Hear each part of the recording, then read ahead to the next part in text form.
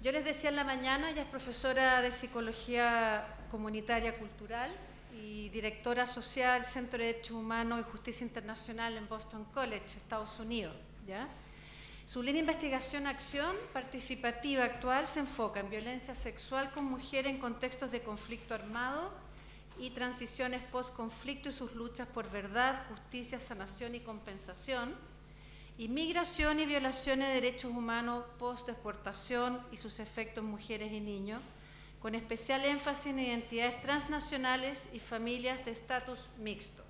Solo decir, para dejarle toda la palabra a ella, que en el año 2012 recibió el premio Ignacio Martín Baró, premio por una vida practicando la paz, de la Sociedad para el Estudio de la Paz, el Conflicto y la Violencia de la Asociación Estadounidense de Psicología. Por lo tanto, este es un gran privilegio tenerla aquí con nosotros.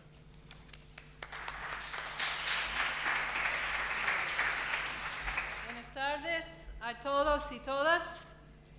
Y antes de todo, quiero agradecer a la Universidad Alberto Hurtado y a la Facultad de Psicología y a esta 10ª cátedra de Ignacio Martín Baró el gran placer de compartir con ustedes y muchas gracias a los que lograron quedarse hasta el fin del día. Y sé que estamos medio apretados por algunas otras cositas que le quedan a la tarde.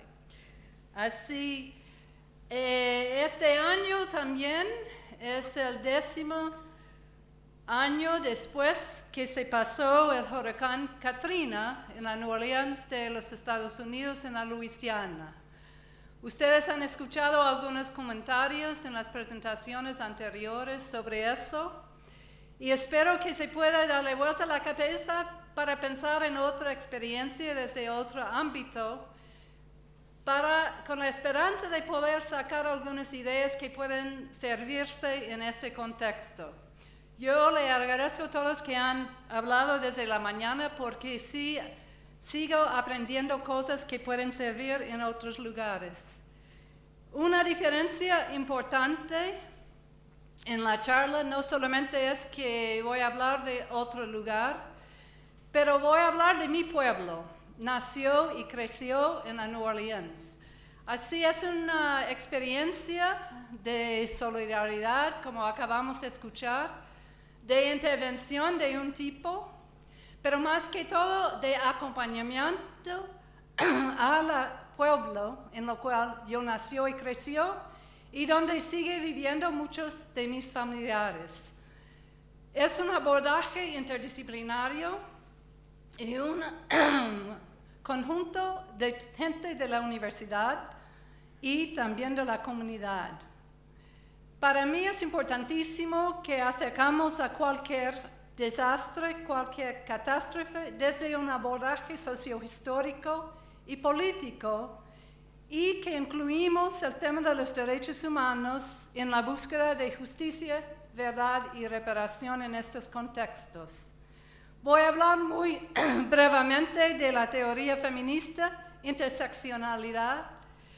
Es una teoría que es muy importante para mí, no solamente para ubicar a mí misma, pero también para tratar de encontrar los circuitos de despojo de clases de poder condicionadas por género, raza y las clases sociales.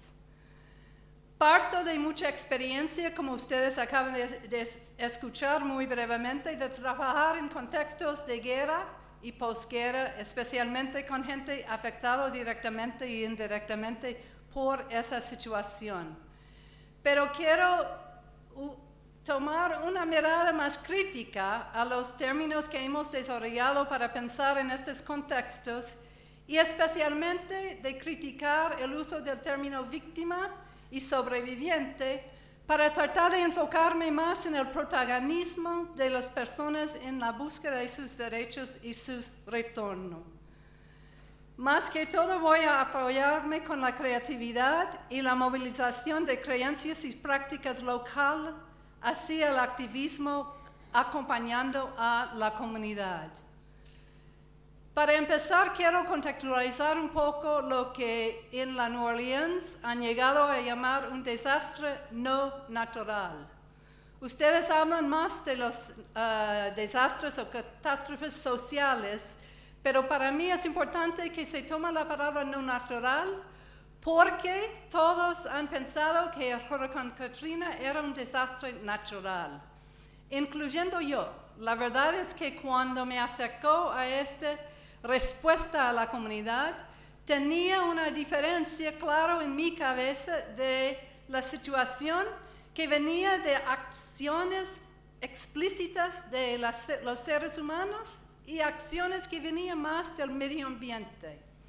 Pero estudiando y acercándome a la realidad de Katrina, uno tiene que acercarlo a la historia, no solamente la historia de 10 años antes, pero de 50 años antes, y entender la política que destruyó el medio ambiente de la New Orleans para dar apertura a lo que pasó en el huracán Katrina.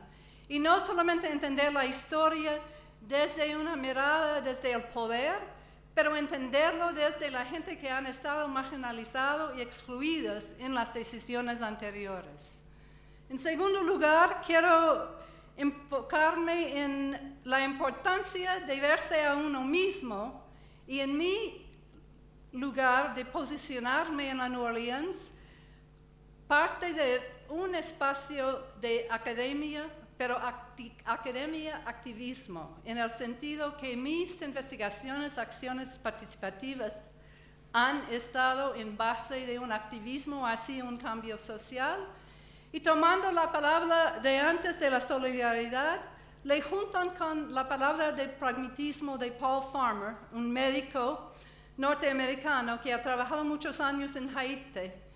Y eso por él quisiera apuntar de la importancia de juntarse a la realidad material y cotidiana de la gente con la cual uno va a trabajar. Como psicólogo es medio difícil encontrar el lugar pragmático de la psicología, pero en este sentido me parece que Martín Baró tenía muchas ideas de cómo se tenía que acercarse a esto, lo que voy a apuntar en un momento. Bueno, algunas imágenes, porque imagino que todos han visto algo de esto en agosto de 2005. Son fotos que aparecieron en los periódicos mayores de la New Orleans, y por el público norteamericano era un susto enorme, porque nadie pensaba que en el mismo estadounidense podrían experimentar un huracán de la misma manera en la cual la gente de la New Orleans le ha experimentado. Eso de tu izquierda es la calle Canal, que es en el centro mero del pueblo, y los autobuses están en las afueras juntando la gente en los días después que pasó. Quiero apuntar algunas características de la población porque es importante para entender cómo el huracán Katrina no afectó a todos de la misma manera. En 2000 la población tenía menos de 500,000 personas, un cuarto parte de blancos y más de 65% de africanos americanos, que era no solamente la mayoría en números, pero también tenía el poder política en la ciudad. En 2005, 80% de la ciudad estaba bajo aguas, una extensión igual a 7 islas Manhattan. Casi 2,000 personas murieron y unos 130 desaparecidos, más de 204,000 casas destruidas, 800,000 ciudadanos sobreviviendo afuera de sus casas y 40,000 personas todavía 2 años después que estaban afuera. Hoy día la población de la New Orleans es 79% de lo que era antes, pero los cambios son mucho más fuertes si miras al dentro de la población, que ahora hay una tercera parte de los africanos americanos que todavía no han logrado regresar a la ciudad, mientras que solamente un 8% de la población blanca. ¿Cómo entendimos lo que pasó en la New Orleans? Bueno, los primeros discursos eran muy puestos en un desastre natural o una catástrofe, pero fue muy claro que los barrios que sufrieron las inundaciones más fuertes eran barrios de los pobres y de los negros. Muchos de ellos llamaban el evento una limpieza étnica, en el sentido que echaran los pobres y los africanos americanos. Otros llamaban una ingeniería social masiva. Y habían otros efectos, porque la gente eran ciudadanos, pero el discurso que salió en los primeros días hablaba de los refugiados. Y los africanos americanos resistieron mucho ese discurso, planteando que ellos eran ciudadanos de los Estados Unidos. Pero muy contradictorio, días después llegaron cada vez más personas latinos que llegaron para ayudar en la recuperación y en la reconstrucción de la ciudad. Así ellos eran dando la bienvenida, llamándolos gente que llegaron a apoyar a la ciudad, pero otros echándolo la culpa diciendo que eran migrantes económicos y no tenían derecho de estar. Eso quiere decir que entró en los días y semanas después de Katrina un discurso muy conflictivo y los medios de comunicación utilizaban estos conflictos para pintar una imagen muy conflictiva. Yo quiero agregar algunas ideas que ustedes han escuchado hoy a la mañana para decir que en general las respuestas a las catástrofes o a los desastres toman un punto de vista unidimensional, piensan en etapas y piensan de una manera lineal. Como hemos escuchado hoy a la mañana, es importantísimo reconocer las diversidades, las desigualdades y las disparidades sociales del antes de la catástrofe para poder responder después. Este reencuadro exige un conocimiento sistemático a nivel local, nacional y global de los riesgos diferenciados que enfrentan las poblaciones diversas, sus capacidades de recuperación y las respuestas diferenciadas en base de las estructuras de poder. Por ejemplo, en New Orleans, el racismo institucionalizado. Y ahora hay algunos aportes del SFIR que están tratando de plantear la importancia de estas diversidades.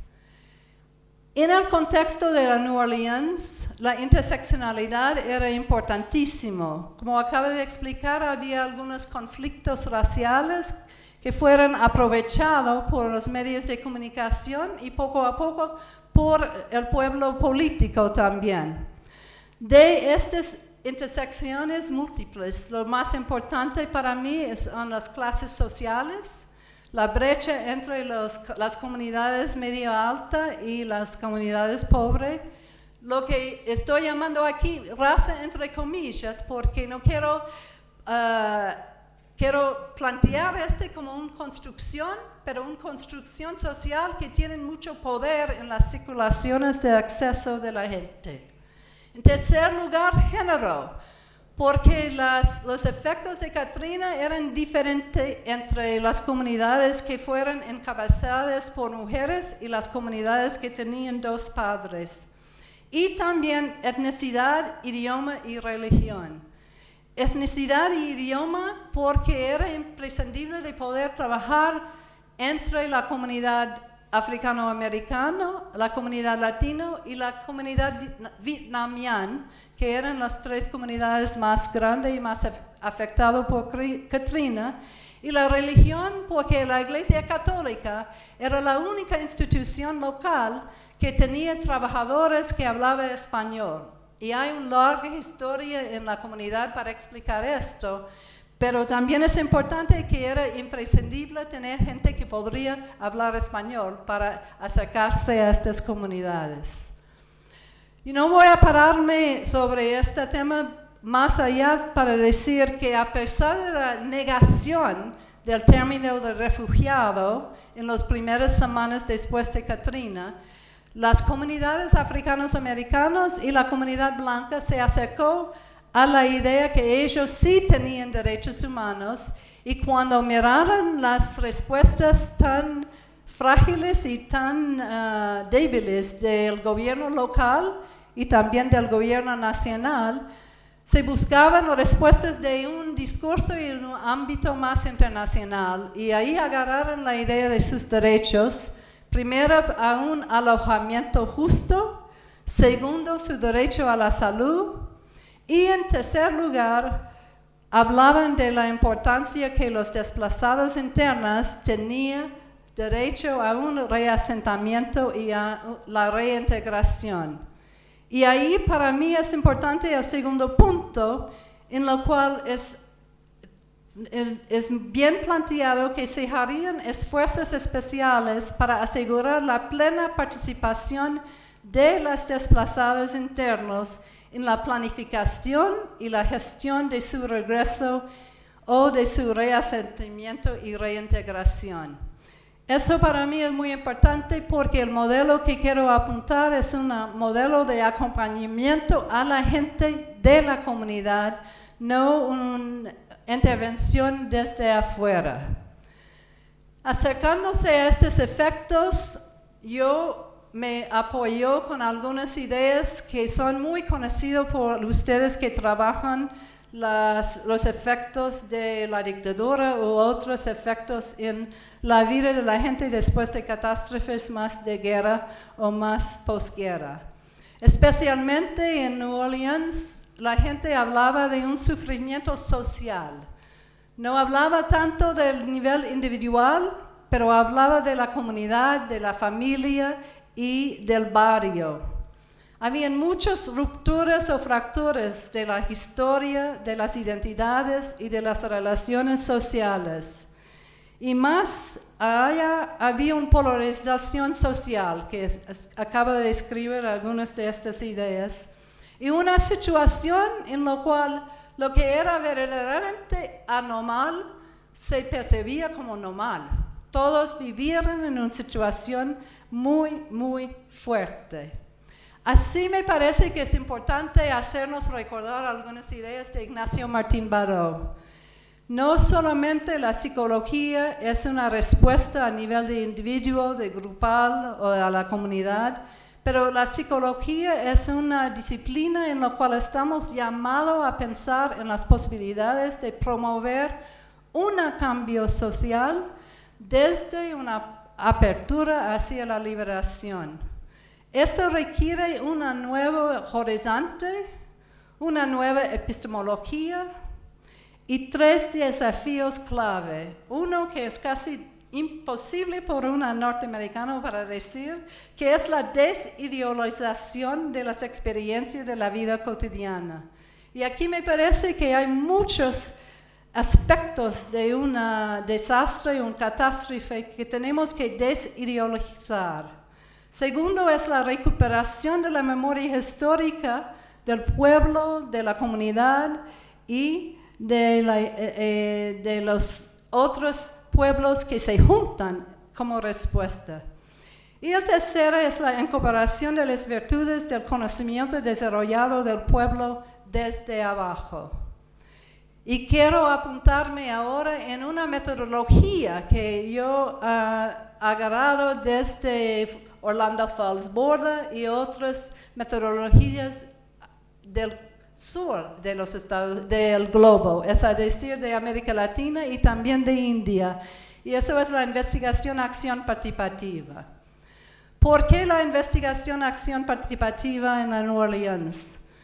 En primer lugar, era un abordaje que nos permitió juntarnos con una organización comunitaria de base. Eran 2 organizaciones más que quisieran desarrollar su liderazgo, no solamente en su comunidad, pero en otros locales en la ciudad. Quisieran avanzar objetivos que ellos tenían desde antes de Katrina, pero que eran importantísimos en el después. Y más que todo porque nos permiten acompañar a la gente a través de un proceso de estudiar su realidad propia, de encontrar sus capacidades y sus poderes, de crear un conocimiento crítica y analítica y de identificar y tomar decisiones hacia un cambio social y en los mejores de los casos transformador. Esta metodología requiere una atención fuerte a las culturas, las creencias y la ideología local. Eso quiere decir que uno tiene que estudiarlo antes, pero también poner mucha atención en una escucha desde cero. No piensan que uno entienda cuáles son las culturas y las creencias de la gente. En segundo lugar, es importantísimo enfocarse en las estructuras sociales, y en la Nueva Orleans era la estructura de la pobreza, el racismo, la violencia. Pero también qué estructuras de justicia vamos a agarrar, qué tipo de justicia estamos buscando en esta cosa. Antes de todo, es importantísimo desde la investigación-acción participativa establecer lazos de solidaridad a través de reflexión y acción. Eso quiere decir que es importante cómo uno va acercándose a la comunidad.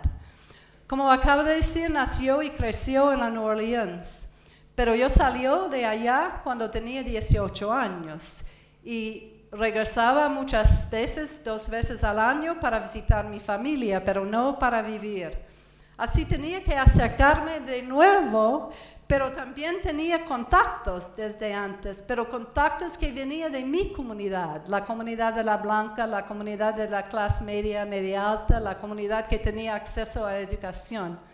Así fui en un permiso de la universidad y viví 6 meses, pero no viví ni con mi familia ni en la comunidad que conocí. Pero vivió en una casa de los jesuitas que estaba en el barrio africano-americano para empezar a conocer otra mirada de la comunidad. Y ahí poco a poco, acercándome a los diversos grupos de personas que vivían allá en este tiempo, tomemos una decisión de hacer un equipo entre la institución que se llama Kingsley House, que es una ONG, en el equipo con los promotores de salud de la Iglesia Católica a través de Caritas, y decidimos de hacer una investigación-acción participativa, recopilando historias desde un abordaje de la investigación-acción participativa, porque estos grupos quisieran profundizar el liderazgo de su grupo. Así, desde mi lugar, afuera y adentro, tenía que trabajar con la gente, no por la gente, de escuchar desde cero, que es un concepto que viene de una organización de la Nueva Orleans que se llama el Instituto del Pueblo en contra de hacer el racismo. Y tuvimos que buscar una metodología para identificar sus problemas y los desafíos de estas organizaciones, poniendo atención en sus perspectivas y generando diálogos a través de la creación de lo que una investigadora norteamericana llamaba espacios y confianza suficiente.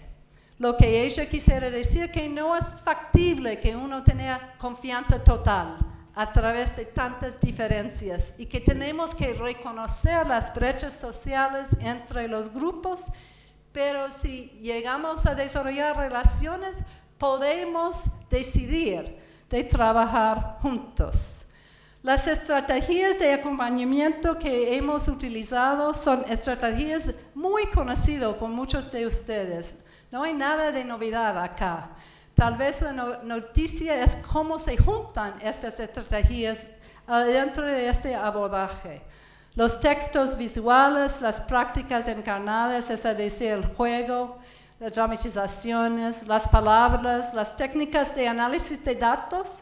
Y tal vez una de las cosas más difíciles en una investigación-acción participativa es cómo van analizando los datos con la comunidad, especialmente con gente que tiene poco tiempo para este tipo de cosas. Y también las acciones comunitarias desde los nuevos conocimientos. Bueno, desde el teatro participativo y la pedagogía popular, hemos agarrado técnicas de Augusto Boal y también un abordaje muy conocido en este país desde Paulo Freire. A mí me parece que es importante que no pensamos que tenemos que siempre estar inventando nuevas cosas, pero sí recuperando cosas que hemos conocido, pero tratando de ver cómo ubicarlo en un espacio nuevo y cómo tiene que cambiarse para ajustarse a estos espacios. Eso es el equipo que hemos construido desde la solidaridad pragmática. Las mujeres todos eran promotores de salud, promotores en 2 programas diferentes, uno que fue desarrollado para servir a la comunidad latina que se acercaba a la New Orleans, el otro que tenía casi 10 años de existir y que estaba sirviendo a la comunidad africano-americana. Pero había muy poca comunicación entre los 2 programas. Y mi idea era tratar de ver las posibilidades de construir un modelo diferente a través de lo cual los pueblos que tenían muchos conflictos podrían descubrirse en un camino compartido. No era una idea solamente desde afuera, en el sentido que las 2 mujeres encargadas de cada uno de esos proyectos han estudiado juntos en una universidad en los Estados Unidos y ellos pensaban que querían entender mejor cómo se podrían acercarse uno a la otra. Ambas son inmigrantes a la New Orleans y así el equipo fue formado con una persona de afuera desde adentro, un otro estudiante que estaba en la salud pública, una caribe que vivió en la New Orleans desde hace algunos años y una latina de Colombia que tenía 10 años de vivir en la New Orleans. En las primeras semanas del trabajo conjunto, que empezó en 2006 y duró desde 2007 hasta 2009, porque nos llevó un año para conseguir un poco de financiamiento para hacer el proyecto. Eso es otro tema que es muy difícil en todo este tipo de acercamientos, ¿no? Cómo van financiándolo, que no era más un financiamiento de los profesionales, pero más de los trabajadores locales, cómo ellos podrían tomar tiempo adentro de sus trabajos a tiempo completo para hacer este trabajo. El primer taller fue una oportunidad en la cual ellos podrían identificar los problemas que ellos han visto en un año y medio después de Katrina. Miran el listado tan grande de problemas que han identificado. Y uno de los primeros acercamientos era necesario de decirles que no podríamos resolver todos estos problemas, que teníamos que enfocarnos en algunos de los problemas para tratar de reducir el ámbito tan amplio de lo que ellos quisieran cambiar.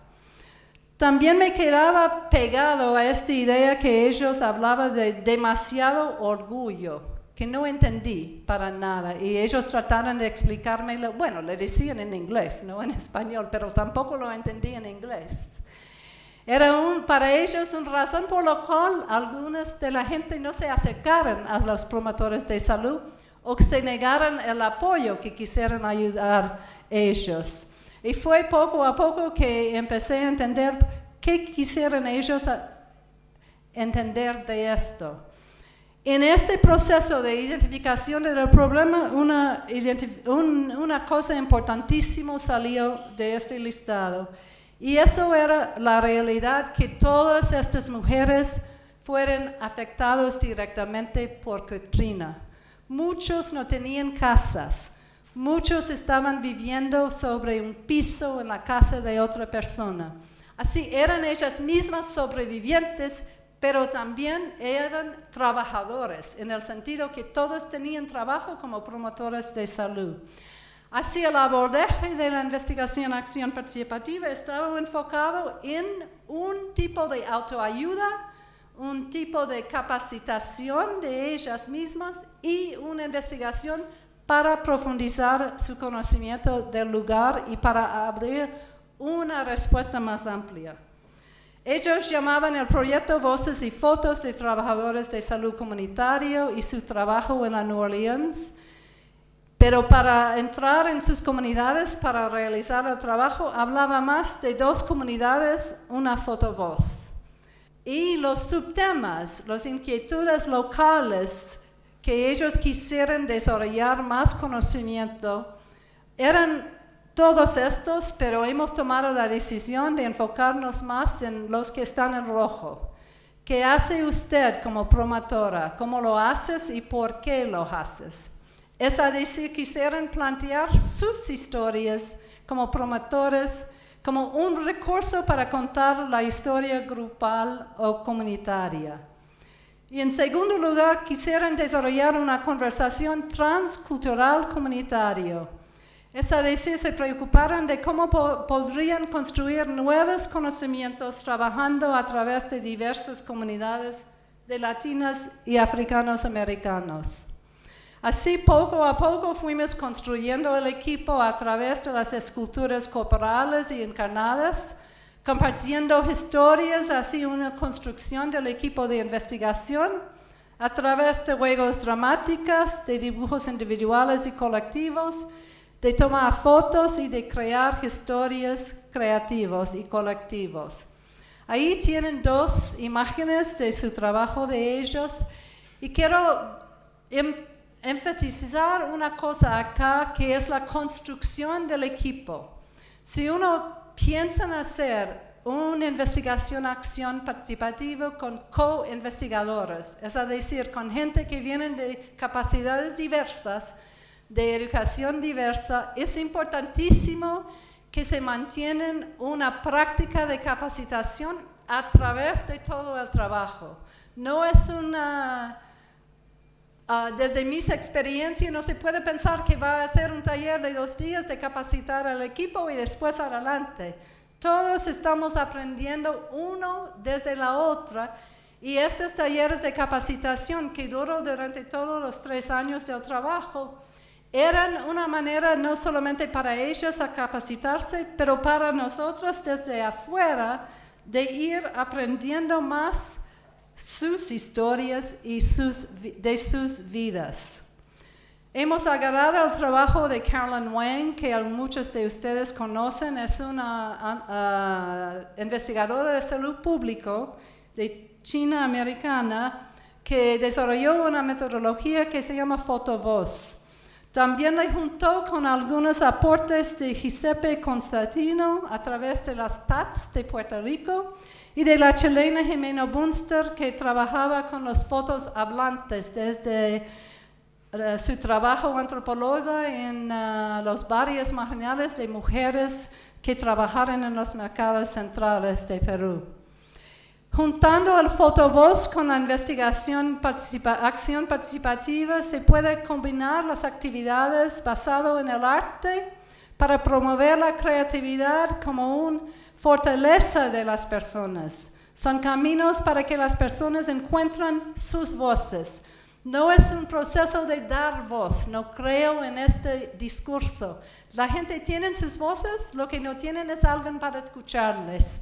Y tienes que abrir espacios en los cuales se encuentran sus voces.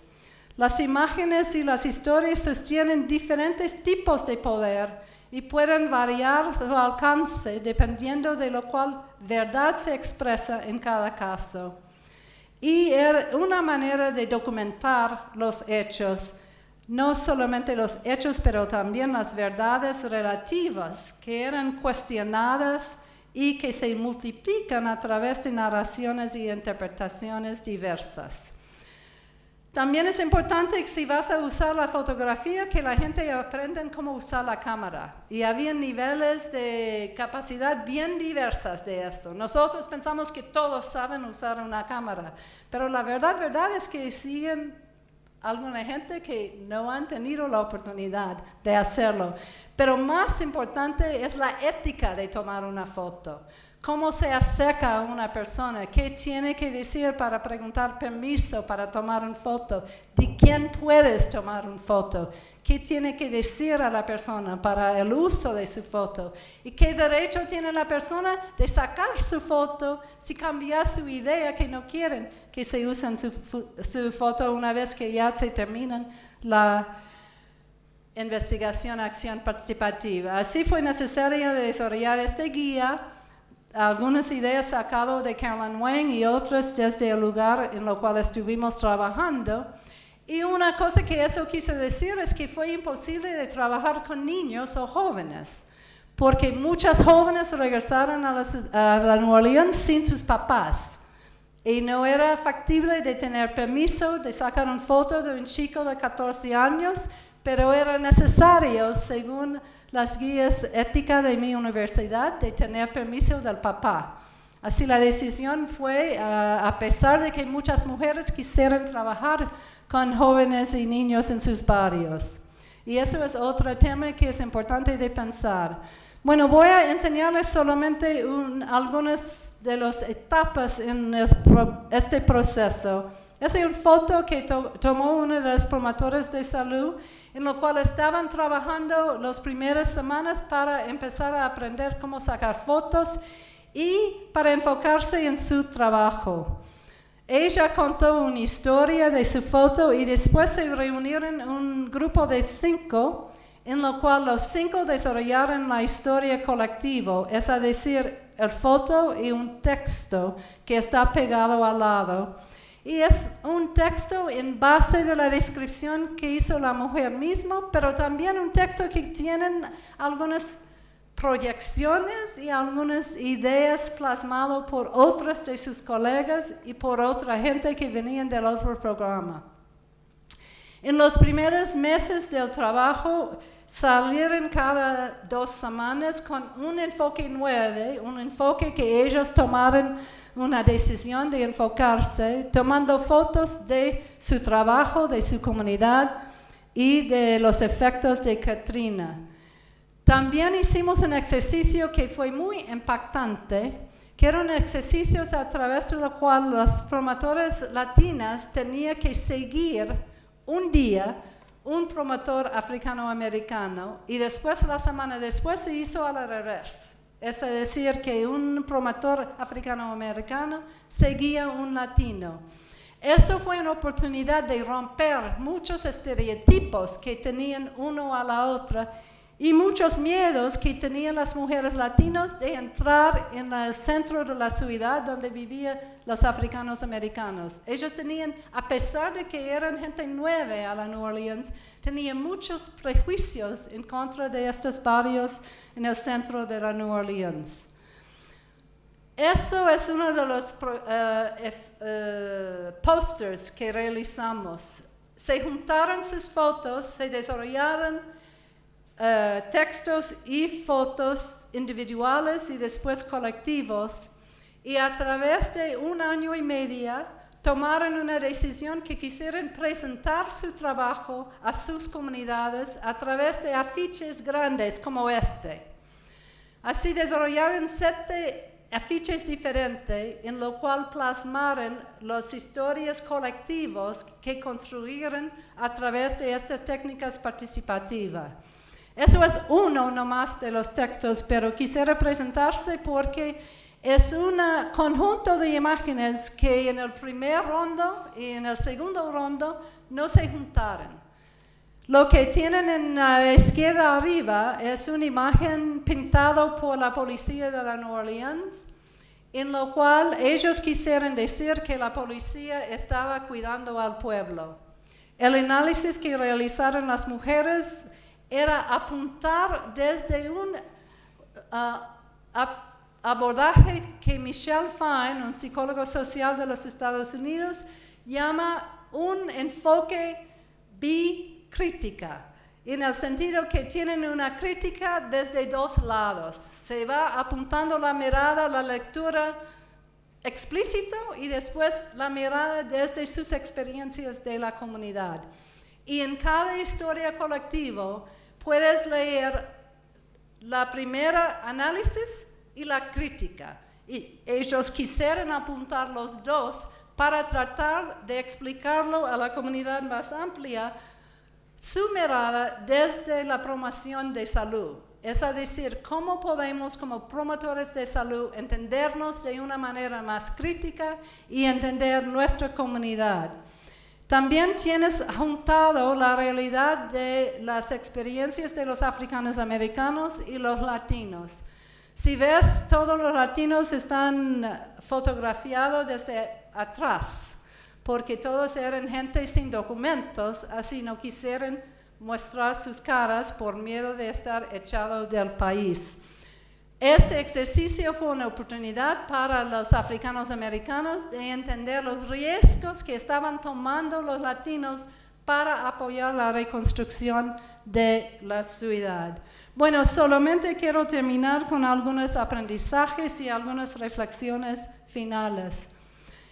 Para empezar, la exposición de los aprendizajes de fotoinvestigación acción participativa nos permitieron la exposición de una infraestructura racista del sistema de salud y el discurso discriminatorio contra los africanos americanos y a favor de los latinos, no solamente en un contexto abstracto, pero en sus efectos en las respuestas humanitarias post-Katrina.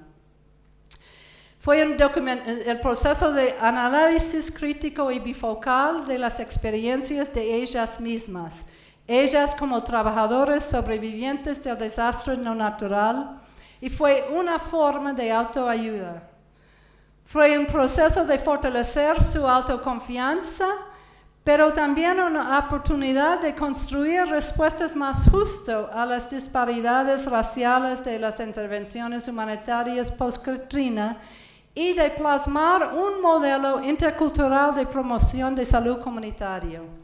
Y para nosotras dos, las co-investigadoras de la universidad, fue una oportunidad de autorreflexividad crítica desde nuestro lugar de co-investigador blanca, pero también una oportunidad de reconocer la metodología antirracista que nosotros queríamos plasmar en este proceso y a reconocer la necesidad de dos virtudes, que ustedes han escuchado mucho lo de la humildad y de Juan Jorge hablando de Martín Baró del humor.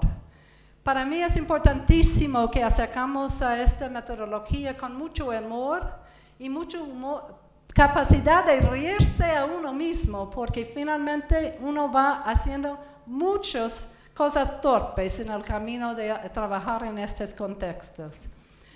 Como muchos de nosotros somos académicos, quiero pararme un momento para entrar en una polémica que se tiene que discutir como parte de la investigación acción participativa, y esas son cuestiones de validación. ¿Cómo sabemos que la sabiduría que hemos desarrollado desde abajo tiene validez dentro de los ámbitos universitarios?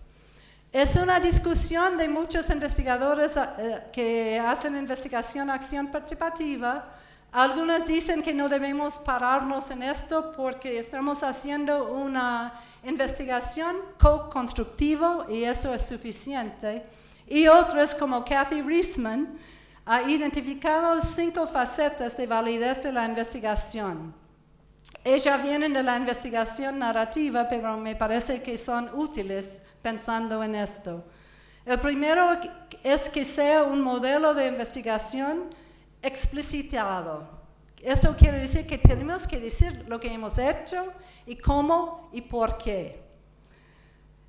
Tiene que tener una correspondencia, es decir, que tenemos que poder verificar si la secuencia de eventos coinciden con otras fuentes, por ejemplo, con investigaciones previas sobre el tema, con otros datos narrativos. En tercer lugar, ella habla de la coherencia. ¿Están enlazadas las narrativas de historias de vida? ¿Hay inconsistencias? En cuarto lugar, persuasión. ¿Es convincente, creíble el análisis que hemos realizado? Y en cuarto lugar, pragmática. ¿Puede una obra de investigación narrativa transformarse en la base para nuevos trabajos de investigación? Otro psicólogo comunitario, Isaac Prelitensky, que es de origen argentino, pero vive ahora en los Estados Unidos, habla de la validación psicopolítica. Es un concepto que ella ha desarrollado con su colega Jeffrey Nelson en un trabajo que realizaron en Salud Pública en Canadá para tratar de introducir un otro nivel de evaluación de lo que sea la validez de una investigación. ¿Cuáles son los efectos o qué será el impacto de la investigación en la vida cotidiana de la gente con la cual uno está trabajando? Y él quiere apuntar las posibilidades que introducirnos a esta validación psicopolítica. Así, para mí, la investigación participativa nos abre las posibilidades de ir hacia derechos humanos en un praxis emancipatorio, reuniendo y representando las imágenes y historias hacia las nuevas maneras de saber y conocer. Eso es para decir que no es solamente una crítica de lo que era y lo que es, pero una visión hacia un mundo que queremos, en lo cual queremos vivir. Es una oportunidad de identificar y analizar el poder hacia la toma de concienciación, de reunir y representar las imágenes y las historias hacia nuevas maneras de saber y conocer. Y cada vez más pienso que eso es un tema muy importante, pero dificilísimo, porque mucha gente en la universidad no se interesa en la sabiduría desarrollada desde abajo. Pensamos que nosotros sabemos todo. Y eso es una metodología que realmente nos da la oportunidad de aprender desde los demás. Y finalmente la posibilidad de iniciar acciones hacia las prácticas y una política más justa, colaborando no solamente con organizaciones, pero también con movimientos sociales hacia el cambio transformador. Así cierre con un listado de organizaciones que están trabajando en New Orleans. Ninguna es una organización de psicólogos, pero más son organizaciones de comunidades de base que están trabajando con los ciudadanos de metodologías de acción participativa y de investigación acción participativa.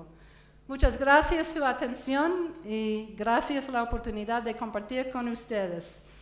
Y si alguien se interesa en la Fundación Martín Baró, hay más información aquí para aprender más lo que estamos haciendo en nombre de Ignacio Martín Baró. Gracias.